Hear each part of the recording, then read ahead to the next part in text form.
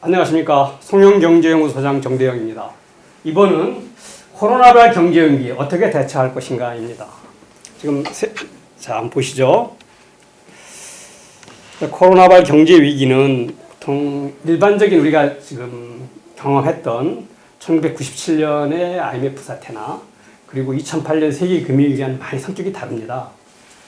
이제 보통 신용경색이라든가 어떤 부동산이나 주식시장의 거품, 그리고 어떤 뭐 생산, 소비, 투자 이런 경제의 어떤 내부의 불균형, 이런데 이제 이런 걸 경제 내적 요인이라고 하는데 여기서 발생하는 위기가 아닙니다. 이건 그 바깥에서 나왔어요. 이렇게 보통 이러한 어떤 자연 현상과 가까운 데서 나타난 위기, 홍수, 가뭄, 전염병 또는 또 어떤 전쟁 이런 데서부터 나타나는 경제 위기는 사실 선진국에서는 산업화 이후 1800년대 중반 이후에는 없었다. 왜냐하면 그것은 어느 정도 산업화를 하면서 극복을 한 거죠. 그런데 이러한 금융과 경제와 직접 관련이 없는 위기는 되게 후진국이었습니다. 아프리카 국가라든가 또는 북한 이런 데서 주로 이제 발생했었습니다. 이러다 보니까 이런 위기에 대한 연구가 없었고 또 사례도 별로 없었고 그러다 보니까 지금 나오는 정책들이 효과가 있을지 없을지도 잘 몰라요. 이것이 이제 문제다. 그리고 또 당연히 충격의 크기와 지속 기간에 대한 예측이 매우 어렵다. 그리고 이것도 전문가에 따라 크게 차이 납니다. 기본적으로 이제 뭐 백신이나 치료제가 나오면 이게 해결이 되는데 언제 나올지 모르죠. 그래서 이제 이렇게 약간 비관론적인 입장을 갖는 사람은 지금 우리가 겪는 위기는 단지 시작일 뿐이다. 일막일장에 불과하다. 진짜 충격은 이제 뭐 2, 4분기, 4월부터 5월부터 진짜 온다. 뭐 이런 사람이 다수입니다. 특히 이제 한국에서도 뭐 주로 국책연구관 이런 데 있는 사람 만나본다면 지금 시작에 불과하다. 굉장히 큰 위기가 가까이 오고 있다. 이렇게 있고 또 소수지만 소수는 이게 병이 계속되는 게 아니고 좀 지나면 자연적으로 소멸된다. 그리고 소멸되면서 이제 사태가 빠르게 진정될 거다. 이런 의견도 있습니다. 이건 알 수 없어요. 그러니까 지금 뭐 이 코로나 사태를 예측한다는 것은 별 거의 의미가 없는 일인 것 같아요. 이건 뭐 우리가 알 수 없고 바이러스의 문제이기 때문에 실제 이거 그냥 한번 뭐 질러보는 겁니다. 예측하는 거. 그러니까 예측하기는 굉장히 어려운 상황이다. 이게 맞는 것 같습니다. 한국 경제에 대한 충격도 당연히 이제 이 충격의 지속 기간이 얼마큼 갈지에 따라서 달라지겠지만 당장 금년은 아마 마이너스 성장을 할 가능성이 굉장히 크다. 이렇게 보여집니다. 1, 4분기는 확실히 마이너스 성장이고요. 다 지났으니까 2, 4분기도 부터도 이 마이너스 성장, 전체적으로도 이 마이너스 성장의 가능성이 크다. 제가 가끔 얘기하는 건데 날라기 1인당 국민소득은 2018년 33,430원 달러, 2019년 작년에 이제 얼마 전에 발표했는데 32,000달러 정도, 2020년은 아마 이렇게 되면 3만 달러 밑으로 떨어질 가능성이 굉장히 크다. 제가 이제 이렇게 장기 한국 경제 예측을 가끔 모임에서 얘기하면서 한국 경제가 그래도 한 3만 5천 달러 정도까지는 성장했다가 이렇게 서서히 위축될 것이다라는 얘기를 많이 했는데 그건 굉장히 낙관적인 전망이었던 것 같아요. 지금 이대로 본다면 지금 뭐 2018년, 2019년 정도가 어쩌면 최고점일 수도 있다. 긴 역사를 앞으로 10년이나 20년 후에 지금을 돌이켜 본다면 상당히 우리가 지금 한국 경제를 좀 아주 비상시국으로 봐야 하고 굉장히 중요한 시기라고 봐야 한다. 이렇게 됩니다. 당연히 지금 주변에 이제 영세 자영업자나 소상공인들, 중소기업들은 이제 폐업이 시작됐고 도산도 시작을 했습니다. 굉장히 어렵습니다. 특히 이제 이렇게 영세 사업자 중에서 자기 집을 갖고 즉 임대료를 내지 않고 사업하는 사람들은 그럭저럭 견디는데 임대료까지 내가면서 하는 자영업자들, 소상공인들은 지금 그냥 하루하루가 힘들다 이렇게 얘기를 하고 있습니다. 그렇게 힘든 것 같고요. 당연히 그 주변에 있는 알바, 비정규직, 그 다음에 건설 노동자 이런 건 같이 힘든 건 너무 당연한 거고요. 그리고 이게 조금 더 길어지면 이제 대기업도 없을 겁니다. 그리고 대기업도 많이 어려울 것 같고 이미 이제 조금 탈원전 이런 것 때문에 굉장히 힘들었던 두산 중공업은 벌써 이 시장에서 굉장히 위기에 빠져서 벌써 구제금융 받으려고 하고 이렇게 하고 있습니다. 벌써 이제 대기업도 벌써 일부는 어려움을 겪을 것이다 생각합니다. 그리고 이제 국민들 전체로 봤을 때 수출이 감소하겠죠. 왜냐하면 이게 이 코로나 사태는 우리나라만이 문제가 아니라 전 세계의 문제이기 때문에 세계에서 뭐 수요가 급격히 감소할 겁니다. 그리고 생산도 어렵고 이렇게 되면 당연히 수출이 안 될 거고요. 그러면 이제 우리나라는 주로 기본적으로 이제 수입해야 되는 뭐 에너지라든가 식량 이거 꾸준히 있을 거고 이게 수출이 어려워지면 경상수지도 좀 더 나빠질 수 있다 이렇게 생각이 됩니다. 그다음에 수출이 나빠지고 경상수지 흑자가 흔들리면 한국경 전체가 또 어려움에 빠질 수 있다. 그리고 당연히 이제 이렇게 경제가 어려워지면서 금융시장과 환율은 계속 뭐 들쭉날쭉 오르고 내리고 할 겁니다. 그래서 이런 혼란이 계속될 것이다. 이렇게 됩니다. 그 다음에 지금까지 나온 주요 경제정책 내용을 한번 보겠습니다. 물론 3월 4일 날 11조 7천억 규모의 추경이 1차 추경, 금년 1차 추경이 편성돼서 이제 3월 17일 날 국회 통과됐고 3월 10일 날 주식 공매도가 부분 금지됐습니다. 그냥 언론에는 금지라고 했는데 실제는 그냥 이렇게 기관 투자가들이 뭐 시장 조성 등을 위해서 하는 것은 그냥 계속 유지되고 있기 때문에 부분 금리라는 말이 맞는 것 같고요. 근데 한국은행 정책 금리가 1.25에서 0.75로 내리고 그다음에 1차 민생 금융안정 정책이 발표됐고 3월 19일 날 600억 달러의 한미 통화 수합이 이루어졌습니다. 굉장히 중요한 정책이죠. 외환시장 안정을 위해서 아주 중요한 정책이 이루어졌고 이것은 뭐 우리가 뭐 요구도 했겠지만 미국이 그 어떤 컨틴전시 플랜에 의해서 있었습니다. 그러니까 미국이 2008년 위기 때 세계 금융 위기 때 미국과 주요 국가 간의 통화 수합이 아주 세계 금융시장을 안정시키는 데 유효하다는 걸 알아서 자기네들이 이제 한 주요 국가들 그러니까 자기네들이 세계에서 주요한 국가라고 생각하는 나라들 영국, 유럽 ECB, 유럽 중앙은행, 중앙은행끼리 하는 거니까 개별국가라고 해서 유럽 중앙은행, 스위스, 일본, 캐나다 정도일 겁니다. 여기 5개국하고는 상시 통화 수합을 맺고 있어요. 항상 통화 수합을 맺어요. 이 국가는 아주 여기 미국하고 통화로서는 완전히 이렇게 동맹이 맺어 있는 셈이죠.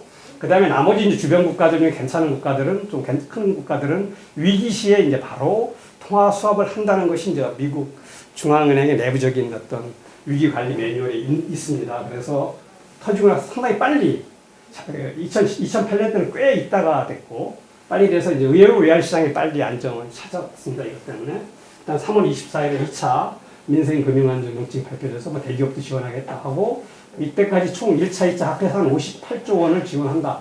뭐 여러 가지 모든 걸 다 합해서 된다고 돼 있습니다. 그리고 이제 3월 25일 날은 한국은행이 이제 3개월간 무제한 유동성 공급을 하겠다 이렇게 했고요. 전체적인 평가는 이제 보면은 좀 제가 볼 때는 늦거나 미흡합니다. 이게 좀 미국하고의 정책을 이제 옆에 놓고 비교할 수도 있겠는데 지금은 미국이 이제 코로나 사태가 더 심각하지만 한 3월 한 20일 이때까지만 해도 우리나라가 훨씬 더 심각했거든요. 근데 이미 미국의 대책이 더 빠르게 나왔습니다. 그런 걸 볼 때는 우리 대책이 좀 늦거나 미흡하다. 작은 거 하나지만 주식 공매도 같은 거 봐도 뭐 이때 되면은 누구도 다 주식시장은 폭락할 거라는 건 다 알고 있거든요. 그러면 공매도는 거의 완전하게 막았어야 그러면은 주식시장이 훨씬 덜 떨어지고 주로 이제 공매도 돈 버는 사람들이 외국의 기관들입니다. 그러니까 이런 기관들이 돈을 벌 기회를 좀 적게 하고 한국 투자자들이 좀 덜 손해를 보게 해야 되는 건데 이런 것들이 이제 없었다. 나머지들도 좀 정책이 좀 미진한 것 같고요. 이런 개별적인 대한 정책보다는 그 전체적인 걸 한번 보겠습니다. 결국 이번 위기는 뭐 기본적으로 왜 경제가 어려웠냐면 사람이 움직이지를 못하는 것 때문에 그래요. 그러니까 사람이 뭐 움직이지 못해서 뭐 소비도 안 되고 생산도 어렵고 뭐 이렇게 돼갖고서 이제 모든 문제가 나오는 거니까 당연히 통화재정 정책은 그렇게 효과가 크지 않습니다. 이 과거의 2008년 위기 이때보다. 우리가 알다시피 이제 뭐 글로벌 공급망 뭐 이렇게 원자재를 막 세계적으로 다 조달해서 가장 효율적으로 싸게 만들어서 이제 수출하는 건, 생산하는 건 이런 게 이제 어렵게 되고, 또 이제 뭐 수요가 어렵죠. 사람들이 안 움직이고 집에 틀어박혀 있고 이렇게 되니까 그래서 이제 이렇게 장기화되면 세계 경제가 이제 무너져가는 이러한 상황이기 때문에 어쩔 수 없이 뭐 지금 통화저장 정책을 써야 되겠지만 이건 한계가 있다는 거 분명히 알아야겠다 이렇게 얘기합니다. 그리고 또 하나는 이게 중요한 건데 이제 소상공인을 포함한 기업이 죽지가 않고 살아남아야 돼요. 이게 위기가 얼마큼 될지 모르지만 살아남아야 위기가 끝났을 때 다시 이제 경제의 재가동이라고 제가 또 표현할 수 있습니다. 경제를 다시 시작할 수가 있거든요. 근데 아무리 뭐 조그만 기업이라도 한번 털고 나갔으면 다시 그게 어떤 생산 현장으로 복귀하고 다시 기업을 만들어 돌아오는 건 무지하게 힘듭니다. 그러니까 이 정책을 할 때는 기업들, 작은 기업들이 망해서 사라지지 않게 해야 된다. 즉, 지금 생존이라는 것 자체가 중요하다. 이게 어느 정도까지 지속될지 아무도 모르는 거니까 그게 중요하다. 그리고 아까 말씀드린 대로 위기가 언제 종료될지 모르기 때문에 가장 중요한 건 재정 실탄입니다. 돈인데 이걸 아껴 써야 된다. 그래서 힘들더라도 정책의 선별성. 왜냐하면 돈을 막 풀어주는 건 쉬운데 어렵더라도 이제 잘 선별해서 줘야 된다. 이런 게 원칙인 것 같고요. 그리고 이제 뭐 우리는 제로 금리는 안 갔지만 0.75면 거의 사상 최저의 금리인데 이 통화 정책을 해서 중앙은행이 금리를 낮춘다 하더라도 신용 위험이라는 게 있습니다. 돈을 빌려주는 사람은 상대방이 돈을 갚기 어렵다라는 생각. 왜냐하면 경제가 나빠지기 때문에 돈을 벌어서 돈을 갚아야 되는데 그 갚을 수 있는 능력이 떨어지기 때문에 결국은 신용 위험은 계속 증가합니다. 그래서 실제 시장에서 돌아가는 금리는 중앙은행 정책 금리를 아무리 낮춰도 떨어지기 어렵다. 이것도 알아야 된다. 그래서 이제 이 문제를 좀 이해하고 또 중요한 게 지금은 이제 이 위기가 금융보다는 실물부에서 먼저 왔어요. 그러니까 금융시장은 요동을 치고 있지만 아직 금융기관들은 은행이나 증권사나 보험사들은 부실화가 되지는 않았습니다. 예전에 이제 1997년 위기 때는 금융기관들이 먼저 이제 부실화가 된 거고 2008년 때도 미국의 경우에도 이제 금융기관들이 먼저 부실화된 건데 만약에 이제 지금 현재 실물 부분이 굉장히 나쁜데 이것이 금융기관 부실로 연결이 되면 그 다음에 이제 또 2차적으로 또 금융기관 부실이 연결돼서 신용경색이 나타나서 실물 부분을 또 때리게 됩니다. 그래서 결국 지원을 해야 됩니다. 결국 지원을 해야 되는데 이 지원이 금융기관의 건전성 해서 금융 안정을 해치지 않게 어떻게 이제 균형을 맞추느냐 이게 참 어려운 겁니다. 이게 이 원칙은 이건데 현장에서 이걸 잘 작동을 시켜야 되는 겁니다. 지원은 하되 금융기관도 부실화되지는 않아야 된다. 이것이 굉장히 중요하다. 그래서 지금 일부 논의되고 있는 게 지금 전 국민 재난 기본소득 얘기가 많이 나오는데 1인당 100만 원 주자. 그러면 이게 아마 우리 인구가 5,100, 200 이렇게 되니까 한 51조 이렇게 이상 들 겁니다. 근데 효과가 별로 있을까? 왜냐면 사람들이 이동하지 않기 때문에 돈을 줘도 잘 쓰기 어렵고 그 다음에 돈이 어느 정도 있는 사람은 100만 원이 더 들어오건 안 들어오건 그렇게 소비에 영향을 줄 것 같지 않기 때문에 실제 그렇게 이게 100만 원 준다 해서 경제가 돌아가는데 조금은 도움이 되겠지만 드린 돈에 비해서 예산 51조, 52조에 비해서는 크지 않을 것 같다. 이런 생각은 제가 순수하게 그냥 든다 이렇게 생각을 하겠습니다. 자, 그리고 이제 가장 오늘 영상에서 중요한 게 아까 말씀드린 대로 소상공인들이 망하지 않고 살아남아야 되는데 어떤 정책이 필요할까 이겁니다. 제가 생각하는 건 지금 상가나 공장 등 사업용 건물이 모든 임대차 계약을 무효화 어느 시점을 딱 정해놓고 무효화해야 되는 겁니다. 하는 대통령 긴급명령을 발동해야 된다 이렇게 생각을 합니다. 이게 문재인 대통령께서도 지금 이거 비상시국이기 때문에 과거의 틀에 얽매이지 말고 아주 비상한 아주 특별한 정책을 한번 생각해보라 이런 얘기도 했는데 지금 소상공인들은 그냥 가만히 앉아서 주고 가는 거예요. 일단 사람들은 알바나 이렇게 쓴 사람들은 해고할 수 있지만 고정적인 정규직은 해고도 어렵고 그리고 임대료는 계속 나가야 되고 장사는 안 되고 이런 상황에서는 고통을 분담해야 된다. 그렇기 위해서는 제가 볼 때는 임대차 계약을 무효화하는 대통령 기능을 발동해야 될 것 같다. 그래야만 살 수 있다.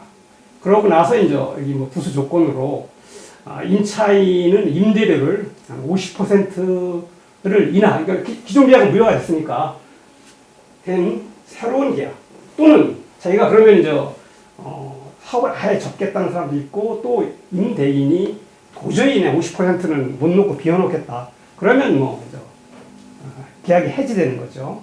저는 원래 이제 생각은 한 50% 정도의 임대료 인하만 생각했는데 어디서 이제 어떤 분이 이제 이렇게 해지까지 해서 선택할 수 있는 옵션을 임차인이 많이 준다면 임차인이 어떤 출구 전략도 된다. 뭐 이런 얘기를 해서 좋은 아이디어라는 생각을 해서 제 생각을 좀 이렇게 바꿨는데 이런 임대차 계약을 무효화하는 사업용 건물에 대한 이런 대통령 기금융이 필요하다. 그리고 우리는 지금 이게 우리나라에서 임대료가 높은 건 사업용 건물의 임대료가 높은 건 다 알려졌거든요. 스타벅스 같은 게 우리나라 값이 굉장히 비싼데 그 비싼 이유가 뭘까요? 우리나라가 인건비가 미국보다 비싼 것도 아니고 재료비 원자재는 똑같이 수입해 쓰는 건데 우리가 임대료가 비싸기 때문에 당연히 비싼 거거든요. 그래서 고통을 분담하고 경제 규조를 왜곡할 수도 있다. 지금 이런 정책은 지금 소상공인을 생존에 도움도 되지만 우리 경제 구조를 또 좀 더 개선된 방향으로 움직이는 데 아주 좋은 정책이다. 그리고 이제 이 현재 그래도 앞으로는 어떻게 될지 모르겠지만 현재 고통이 적은 계층은 공공 부분에서 일하는 사람들은 우리 쉬운 말로 따박따박 돈이 들어오는 사람들은 별로 힘들지 않아요 지금. 그러니까 공공 부분에서 일하는 사람, 그 다음에 따박따박 월세 받는 사람 이런 사람들은 별로 힘들지 않다. 그렇기 때문에 이제 이 고통을 좀 분담하자. 그래서 이제 조금 얼마 전에 이런 게 스스로 나왔잖아요. 착한 임대인 이런 얘기가. 그래서 이걸 실제 운영하다 보면 이제 어떻게 세부적인 내용으로 들어가면 착한 임대인 같은 경우에는 금년 초에 이제 이미 임대료를 좀 이렇게 인하하거나 새로운 계약을 맺은 사람들은 그걸 좀 반영해 주는 거죠. 그래서 이런 50% 인하의 기준 같은 걸 작년 12월 같은 경우로 한다면 금년에 와서 새로 인하해 준 사람들은 좀 덜 인하해도 되는 거죠. 이렇게 할 수도 있고 이런 거는 실제 시행하는 과정에서 이제 좀 조정하면 되는 것들이라고 생각합니다. 유사한 정책이 있었어요. 이게 특별한 정책이 아니고 저도 머리가 좋아서 딱 나온 게 아니고 과거 이렇게 자료를 보다 보니까 이러한 정책이 있었구나 한 게 1972년 8월 3일에 사채 동결을 위한 대통령 긴급명령이 있었습니다. 똑같은 법적 근거와 헌법에 의한 몇 준지는 경제 안정과 성장에 관한 대통령 긴급명령 그걸 갖고 똑같이 한 거예요. 이때는 뭐냐면 기업들이 사채 돈 빌린 거 있죠. 그러니까 은행 제도금융권이 아닌 개인으로 빌린 모든 사채를 무효화하는 대통령 긴급명령을 받았습니다. 더 무서운 거죠. 이것을 무효화하고 그리고 나서 이제 금리를 월 1.3%로 했어요. 지금 같으면 굉장히 높지만 이 당시는 파격적인 금리입니다. 그 당시 시장 금리의 절반이야. 이 당시 때 이제 저희들 세대는 좀 아는데 1970년대 보통 금리 하면은 3부이자, 4부이자 이런 얘기를 많이 했어요. 그러니까 3부가 월 3%라는 뜻이에요. 4부는 월 4%. 이게 일상적으로 여기 보통 개인 사채의 이자였거든요. 그래서 이때 이제 당시 시장 평균 금리가 3.5% 정도 돼요. 이것을 한 30%, 35% 수준 낮추는 거예요. 반 이하로. 거의 그냥 혁명입니다. 이러한 정책을 하고 또 그냥 한 게 아니라 무조건 3년 동안은 원금을 갚지 않아도 된다. 이자만 내라. 3년 거치 5년 분할상환. 8년짜리 장기 대출로 바꿔버린 거예요.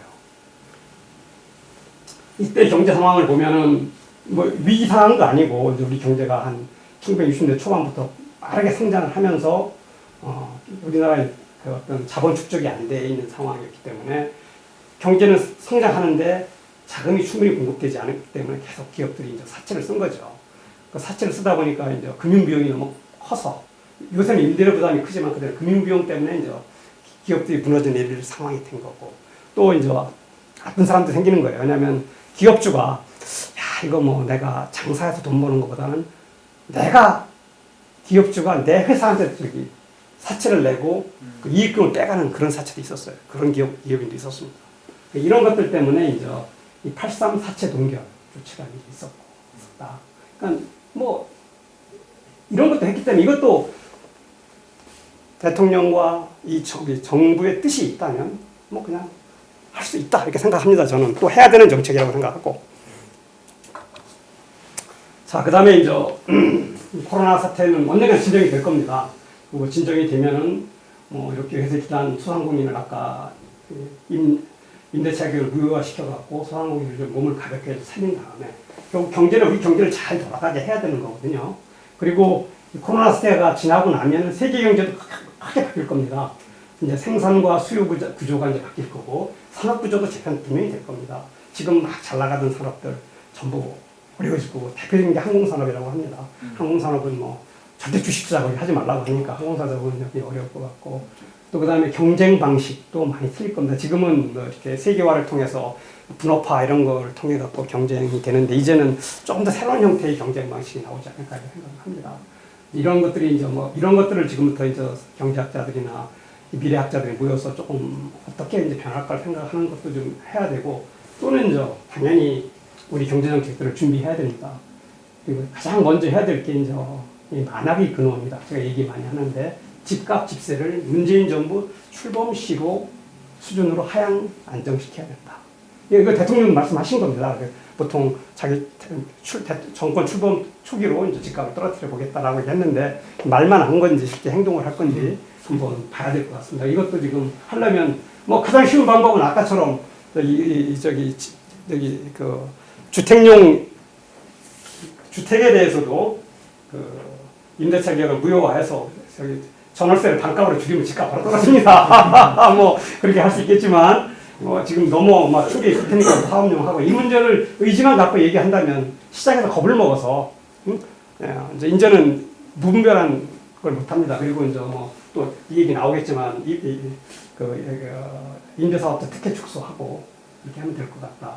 그리고 이제 제가 많이 주장하는 공공부문 보상체계가 꼭 필요하다. 우리가 아까 공공부문은 지금 굉장히 한국 경제 지급 능력이 보수를 많이 받습니다. 그런데 지금까지 어려운 시기에 또박또박 받거든요.